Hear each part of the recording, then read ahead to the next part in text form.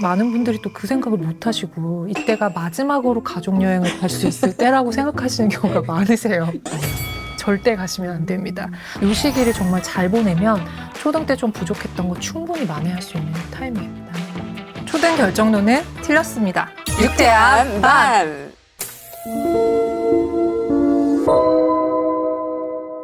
전국의 30만 학부모님들과 함께하는 교육 전문 채널 교집합을 운영하고 있는 수학교육하는 수단이라고 합니다. 반갑습니다.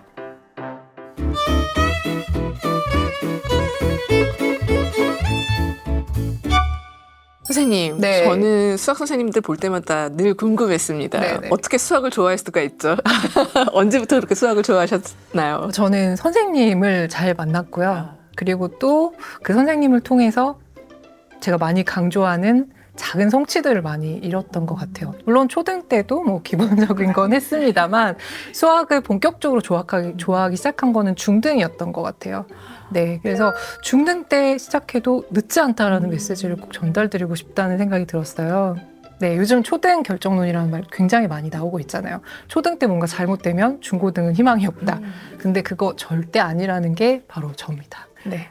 결국 대입은 전국 단위 경쟁이니까요. 네. 아무래도 우리 아이가 비학군지에서 공부 좀 하고 있다고 하면 학군지 아이들과는 어느 정도 수준이 되는지 궁금하기도 하고 네. 막 그 실력 차가 벌어지지 않도록 노력하고 싶은 생각이 막 들거든요. 네네. 어떻게 보면 될까요? 일단 고등학교는 전국 단위 모의고사가 있기 때문에 모의고사로 어느 정도의 수준을 가늠할 수가 있어요. 근데 중등 때는 그런 게 좀 부족하기 때문에 중등에서는 내신 시험 성적이 잘 나온다고 해서 안심하시면 절대 안 됩니다. 아이가 지금 우리 학교에서 A를 잘 맞는 상태라고 하더라도 말씀하신 학군지 학교의 시험지를 들이댔을 때 어느 정도 성과를 내는지는 좀 체크해 보시는 게 필요합니다. 그래서 이런 시험지들은 요즘 어렵지 않게 다 돈 주면 구할 수 있기 때문에 뭐 족보닷컴이나 공유하는 사이트 그 카페들을 통해서 이제 시험지 얻으셔가지고 시험을 보는 환경과 똑같이 집에서 세팅을 하신 다음에 테스트를 한번 해보시는 거, 이런 방법들을 좀 추천을 드리고 싶고요. 그리고 또 고등에서는 내신을 챙겨가는 게 수능하고 내신형 아이가 좀 다르거든요. 이제 수능 스타일을 잘 푸는 아이들이 있고, 그리고 내신 스타일을 좀 잘하는 아이들이 있고, 근데 보통 비학군지에서는 내신은 잘하지만 수능 성적이 안 나오는 케이스들이 있잖아요. 또 이런 경우에는 사실 전에는 둘 중에 하나를 선택하면 대학 가는데 문제가 없다라고 얘기들을 했지만 이제 2028 대학 개편안 나오면서 이제 내신을 준비하는 아이들도 수능 최저 같은 거 최소한 맞춰야 되고 이 기준들이 점점 높아지고 있기 때문에 내신이랑 수능 두 개를 다 잡기는 해야 돼요. 그래서 아이들이 지금 내신을 잘 하더라도 수능이나 모의고사 같은 것들을 대비하는 데 있어서 부족함이 없는지 이런 것들 잘 체크해 가시는 게 중요합니다. 그 수학 개념 중요성 강조를 좀 해주셨었기 때문에 여쭤보고 싶어요. 이 수학 개념을 어떻게 공부하면 놓치지 않고 갈 수 있을까요? 일단은 수학 개념이 중요하다는 건 모든 수학교육 전문가들이 강조하시는 파트이기는 하죠. 저는 단연간 아이들이 정말 지도하면서 느꼈던 그 점들 그리고 효과를 봤던 내용들을 좀 정리를 해보자면 기본적으로 교과서가 기본이 되는 건 맞습니다. 그래서 교과서 안에 들어있는 뭐 개념들을 익숙하게 하는 거 정의뿐만 아니라 성질이나 왜 그런 것들이 나오게 되는지에 대한 흐름들을 이해하는 거라서 교과서를 정독하는 게 중요하고요. 그리고 이렇게 아는 거를 실제로 문제에 적용해 가면서 테스트를 해봐야 돼요. 그런데 기본적으로 아이들한테 물어봤을 때 말로 설명할 수 없으면 모르는 거거든요. 그래서 제가 책에서 강조하는 건 개념 카드를 좀 만들어 보시면 좋겠다라는 말씀을 드리는데 개념 카드라는 게 말 그대로 단어장, 단어 카드랑 똑같은 거예요. 저학년은 예를 들어 삼각형이다. 그러면 삼각형을 앞에다 쓰고 뒤에는 삼각형의 정의, 그다음 성질 이런 것들을 앞뒤 카드로 만드는 가장 기본적인 카드를 만들 수가 있고요. 고학년부터 중학생, 고등학생들은 앞 페이지에 이미 정리랑 뭐 이런 거 다 들어가 있어요. 뒷 페이지는 그거와 관련된 문제, 그 중에서도 좀 중요한 문제 혹은 내가 틀렸던 문제 이런 것들을 넣어서 어떻게 보면 단어장처럼 수시로 볼 수 있는 그런 카드 형태로 만드시는 거예요. 이렇게 이해한 개념을 실제 문제에 어떻게 적용시킬 수 있는지를 계속 연습을 해야 됩니다. 그 단어 카드만 달달달달 외운다고 해서 실력이 쌓이는 게 절대 아니에요. 만약에 응용이나 심화해서 우리 아이가 잘 못 푼다 그러면 어느 개념 때문에 이게 안 되는지를 역추적해서 가야 합니다. 사실 수학 문제를 푼다라는 거는 여러 개의 수학 개념들을 잘 엮어서 실마리를 만든 다음에 거기에서부터 이제 시작되는 거기 때문에 우리 아이들도 알고 있는 개념이나 응용할 수 있는 여지들이 많이 있는 아이들일수록 좀 복잡하고 처음 보는 문제라고 하더라도 이렇게 한번 해볼까? 저렇게 한번 해볼까? 이렇게 도전할 수 있는 여지들이 만들어집니다. 그리고 이거를 마지막에 테스트하는 방법도 있기는 한데 이거를 저는 백지 테스트 혹은 목차 공부법 이렇게 표현을 많이 합니다. 아이들이 머릿속에 흐름을 잘 가지고 있어야 돼요. 백지 테스트는 말 그대로 빈 종이에 내가 배운 그 내용들을 다 한번 써보는 거예요. 이거는 어떤 방식이든 내 머릿속에 있는 거 온전히 쏟아내는 과정인 거예요. 우리 아이들이 문제가 항상 인풋은 많은데 아웃풋이 별로 없다는 거거든요. 그래서 개념은 교과서부터 시작해서 문제집을 통해서 마지막에 이것들을 머릿속에 정리하는 것까지 이렇게 흐름을 가져가는 게 가장 정석이라고 봐요. 보통 수학을 좋아하는 아이들한테 물어봐요. 넌 수학이 왜 좋니? 라고 물어봤을 때 외울 게 별로 없어서 좋아요. 이 말을 하는 아이들이 생각보다 많습니다. 이해가 되면 자연히 연결이 되고 연결이 되면 또 이해가 되고 이런 과정들이 잘 쌓인 아이들은 외울 게 없다라고 얘기해요. 그거를 위해서 우리 아이들이 초등 때부터 착실히 그 방법들을 알고 공부를 해야 되는 거죠. 중등 선행 같은 경우는 교과서를 기본으로 하면 될까요? 중등부터는 교과서가 자세한 편이에요. 교과서만으로 선행하는 건 당연히 부족합니다. 그래서 교과서는 용어들이나 성질이나 아니면은 정의라던가 이런 것들을 익히는 용도로 생각을 하시고요. 개념들을 실제 문제를 풀어가면서 이제 밀도를 이제 쌓아가는 과정이 꼭 필요한 거죠. 선행 때 기본적인 우리 아이 수준에 맞는 문제집 한 권은 끝내는 게 좋습니다. 그래서 제가 문제집을 2+1이라고 강조를 드렸는데 이때 2+에서 1은 선행 때 이미 한 거예요. 그러다 보니까 학기 중에는 심화랑 그다음에 처방 문제집 이렇게만 하면 되는 거기 때문에 아이들한테 문제집의 개수로 그렇게 부담이 있지 않을 수 있고요. 그리고 이런 식으로 이제 쌓아가면은 학습 계획을 세우는데도 되게 유리한 부분이 있습니다. 문제집을 초등 때는 부모님이 골라주시긴 하지만 이제 중학교 문제집을 고를 때에는 아이한테 좀 맡겨봐도 될까요? 저는 초등 때도 아이한테 조금 선택권을 주시라고 말씀을 드리거든요. 근데 물론 처음부터 네가 마음대로 골라봐 이러면 안 되죠. 캐릭터 문제집 고릅니다. 맞아요. 캐릭터 문제집 고르고요. 문제량이 가장 적은 거 골라요. 그래서 일단 기본적으로 1차 라인업은 주셔야 돼요. 그러니까 기본 우리 아이 수준에 맞는 거는 판단하셔서 요것들 중에 골라.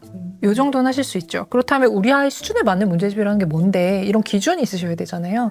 저는 이게 70%의 정답률이라고 말씀을 드리거든요. 근데 70%의 정답률인지 어떻게 알죠? 이것도 사실은 테스트를 해봐야 됩니다. 자신의 출판사에서 나오는 교재 라인업을 추천해주는 무료 테스트를 제공해주는 출판사들이 많이 있어요. 가장 대표적으로 천재교육이 있는데요. 천재교육 같은 경우에는 이제 무료 테스트를 하면 네 아이는 이 정도 수준이니까 얘는 우리 문제집 중에 이걸 풀면 좋아. 이렇게 추천을 해줘요. 디딤돌도 온라인에서 문제를 미리 볼 수 있는 방법이 있거든요. 이제 T클래스라고 이제 선생님들이 보시는 사이트긴 한데 학부모님이 가입하셔도 돼요. 네, 그래서 그걸로 하시면은 디딤돌에서 출간하는 모든 문제집의 모든 내용을 다 보실 수가 있습니다. 기본적으로 처음 보는 문제를 풀어봐라고 할 수는 없고요. 이 문제집을 선정하는 거는 우리 아이가 기본적으로 교과서를 읽었다는 가정하기 때문에 교과서 공부를 했고 어느 정도 좀 이해를 했다면 문제를 풀어보게 만드시는 거잖아요. 공부했던 내용들을 풀려봤을 때 70% 정도 된다. 그러면 그 문제집 선정하시면 되고 그게 기준이 돼서 너무 많이 틀린다. 그럼 좀 더 쉬운 문제집. 너무 적게 틀리는데 거의 다 맞는데? 그럼 조금 높은 문제집 이렇게 세팅을 하시면 돼요. 중학교 1학년 1학기 때는 지필평가를 보지 않으니까요. 네. 이때 수행평가에 좀 집중하라고 하셨어요. 네. 그 방법으로 수학 연계 독서를 좀 얘기해 주셨는데 어떤 네. 건지 설명 부탁드립니다. 수학 연계 독서는 이때밖에 읽을 타이밍이 없습니다. 사실 뭐 중학생이나 됐는데 뭐 수학 동화를 읽히는 게 도움이 될까요? 이렇게 생각하시는 분들도 있는데 중학생이 읽는 수학 도서들은 그런 내용들이 아니에요.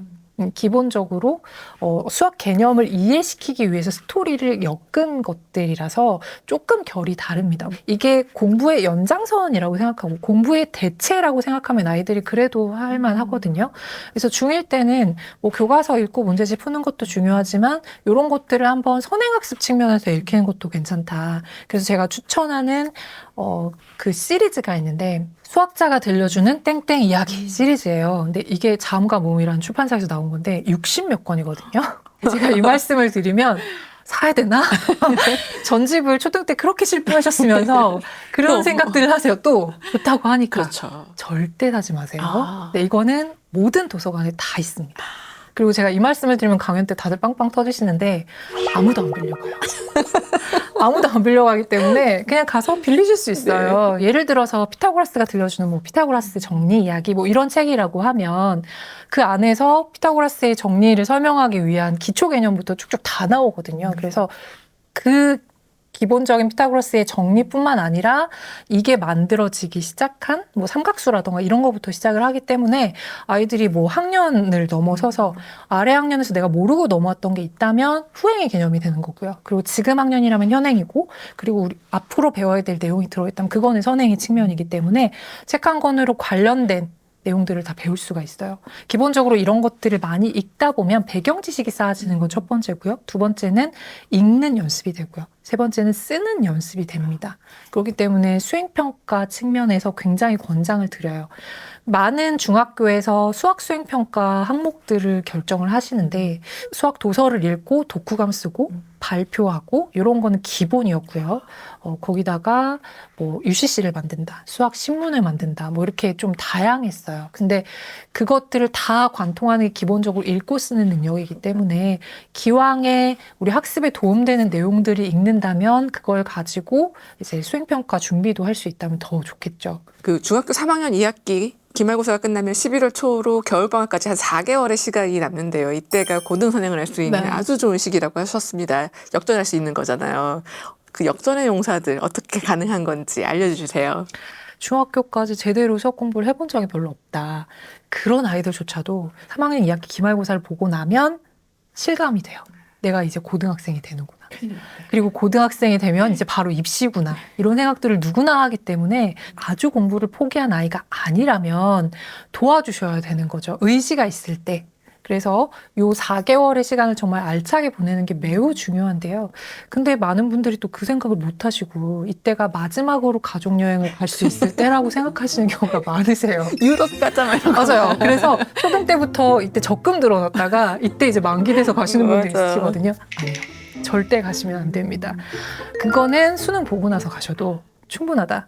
이때는 시기도 시기적으로 안 좋지만 아이들도 엄마 아빠랑 여행 가는 거 안 좋아해요. 아이들이 긴장이 되어 있고 계기만 있다면 공부를 할 준비가 되어 있는 마음의 상태이기 때문에 이때 하면 할 수 있다라는 생각들을 충분히 심어주시는 게 중요하고요. 일단 기본적으로 이때 몰입 학습을 하기 위해서는 4가지 조건이 필요해요.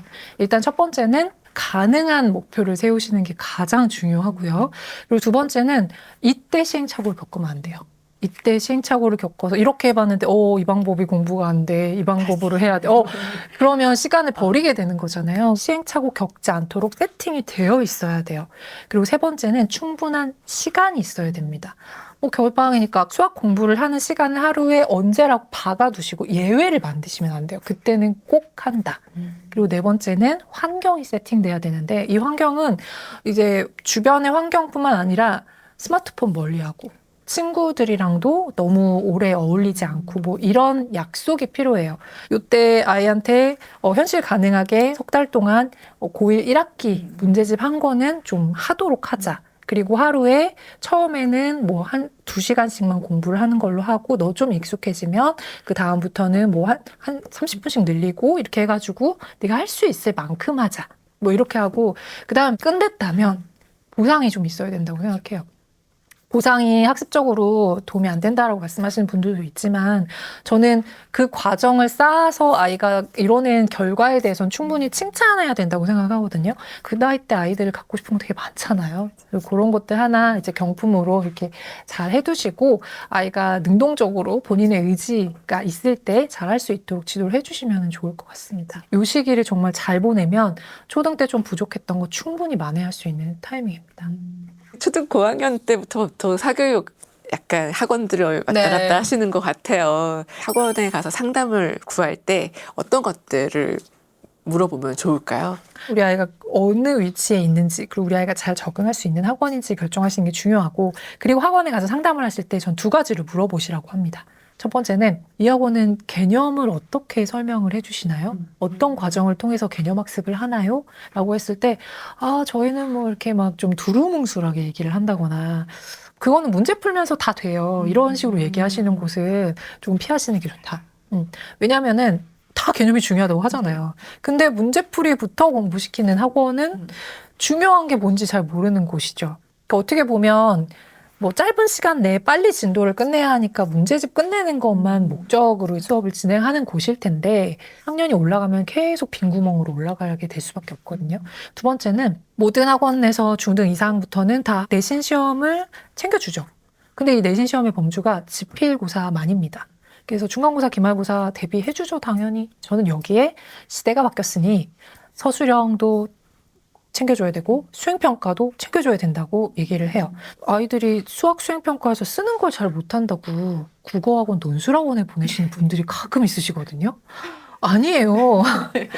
이거는 누가 글을 예쁘게 잘 쓰나를 보는 시험이 아니라 얼마나 수학적으로 수학적 표현을 잘 써서 논리적으로 쓰는지를 물어보는 시험이잖아요. 그 얘기는 빠지는 거 없이 그리고 오개념 없이 이렇게 잘 쓰는 거를 이제 판단을 하시는 건데 이런 거를 봐줄 수 있는 곳이 과연 독서논술 학원일까요? 아니죠. 이거는 수학학원에서밖에 봐줄 수 없는 파트잖아요. 그러니까 평가 시스템을 잘 이해하고 있는 학원인지를 물어봐야 된다는 거죠.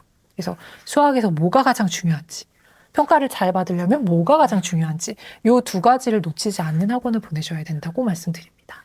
선생님 말씀 귀 쫑긋하고 들으셨어요. 육태한밤 시청자들께 응원의 말씀 부탁드릴게요. 많은 분들이 수능 끝나고 이제 수학을 다시는 안 볼 거다라고 결심을 하셨을 텐데 아이를 키우면서 다시 문제집을 들춰보고 다시 수학 공부를 하고 계신 분들이 많다고 들었습니다. 근데 이 얘기가 어떻게 보면 되게 슬프게 들릴 수도 있지만 저는 이거를 오히려 아이랑 같이 나는 다시 성장하고 있다 이렇게 생각하시면 어떨까. 왜냐면은 저는 수학 공부를 하는 과정이 세상을 배우는 과정하고 좀 닮아 있다고 생각하는 사람이에요. 수학 공부도 처음에 막막함이 있었지만 공부를 조금씩 하다 보면 어려움도 겪고 그리고 좌절도 하겠지만 하나씩 작은 조그만 성취들을 반복적으로 겪다 보면 언젠가는 결과가 나오게 되고 그 결과를 통해서 다음에 또 도전할 수 있는 힘도 얻을 수 있고 이게 수학 공부하는 과정인데 이게 인생하고 좀 닮아 있다고 생각을 하거든요. 그래서 우리 부모님들이 정말 대단하시다고 생각을 하는 게 나랑 닮은 어떤 존재를 바로 눈앞에서 이 아이가 성장하는 거를 이제 직관할 수 있는 위치에 계신 거잖아요. 이런 과정을 지금 겪고 계신 거잖아요. 그래서 여러분은 지금 충분히 잘하고 계시고요. 제가 수학과 관련해서는 충분히 많은 도움을 좀 드리고 싶다. 그래서 그것들을 좀 믿어주시고 따라주시면은 분명히 우리 아이가 성장하는 그런 아이가 되지 않을까라고 생각을 하고요. 응원하겠습니다. 감사합니다. 수학 많이 불안하셨죠? 오늘 선생님 이야기 들으면서 그 불안했던 마음 많이 내려놓으셨을 것 같다는 생각이 들었습니다. 오늘 선생님 말씀 감사했습니다. 네, 감사합니다.